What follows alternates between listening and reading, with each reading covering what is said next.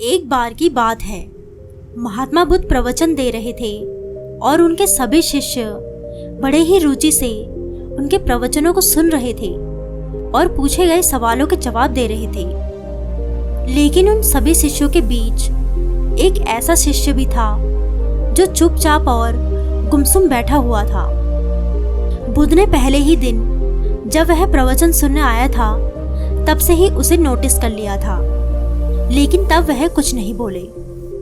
और जब अगले 4-5 दिन तक ऐसा ही चला तो उन्होंने प्रवचन समाप्त होते ही उस शिष्य को अपने पास बुलाया और उससे पूछा, तुम हर समय उदास रहते हो और अकेले बैठे रहते हो, ना किसी से बोलते हो और ना प्रवचन पे ध्यान देते हो।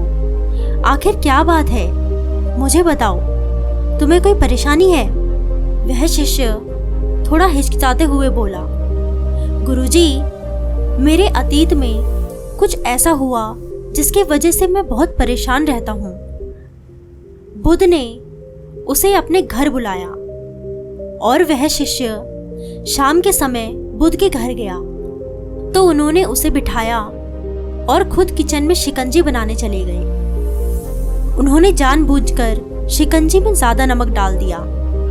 फिर बाहर आकर बुद्ध ने वो नमक वाला गिलास शिष्य को दे दिया और कहा, ये लो, शिकंजी पियो, तुम्हारा दिमाग शांत होगा।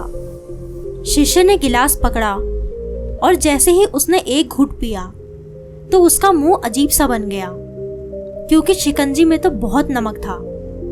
उसे देखकर बुद्ध बोले, क्या हुआ, तुम्हें शिकंजी पसंद नहीं आई क्या?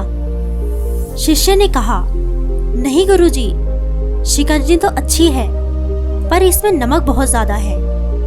बुद्ध ने कहा, अरे अब तो ये खराब हो गया है, लाओ गिलास इधर दो, मैं इसे फेंक देता हूँ। जैसे ही बुद्ध ने गिलास लेने के लिए आगे हाथ बढ़ाया, शिष्य बोला, नहीं गुरुजी, नमक ही तो ज्यादा है, कोई बात नहीं, थोड़ी चीनी मिलाएंगे तो इसका स्वाद बिल्कुल ठीक हो जाएगा। यह बात सुनकर बुद्ध थोड़ा गंभीर हो गए और बोले, सही कहा तुमने, अब इसे समझ भी जाओ, ये शिकंजी तुम्हारी जिंदगी है जिसमें घुला हुआ अधिक नमक तुम्हारे अतीत के बुरे अनुभव हैं। जैसे नमक कुछ शिकंजी से बाहर नहीं निकाल सकते, वैसे ही उन बुरे अनुभव को भी अपने जीवन से अलग नहीं कर सकते। वे बुरे अनुभव भी जीवन का ही हिस्सा हैं। लेकिन जिस तरह हम चीनी घोलकर शिकंजी का स्वाद बदल सकते हैं, वैसे ही बुरे अनुभव को भूलने के लिए जीवन में मिठास तो घोलनी पड़ेगी। इसीलिए अब मैं चाहता हूँ कि तुम अपने जीवन में अब अधिक मिठास घोलो।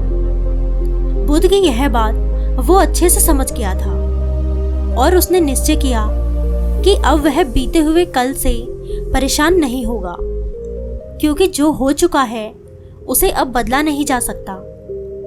दोस्तों, जीवन में अक्सर हम अतीत की बुरी यादों को, अनुभवों को याद करके परेशान होते रहते हैं। इस तरह हम अपने वर्तमान पे ध्यान नहीं दे पाते और कहीं ना कहीं अपना भविष्य बिगाड़ लेते हैं। जो हो चुका है उसे सुधारा नहीं जा सकता, लेकिन कम से कम भुलाया तो जा सकता है।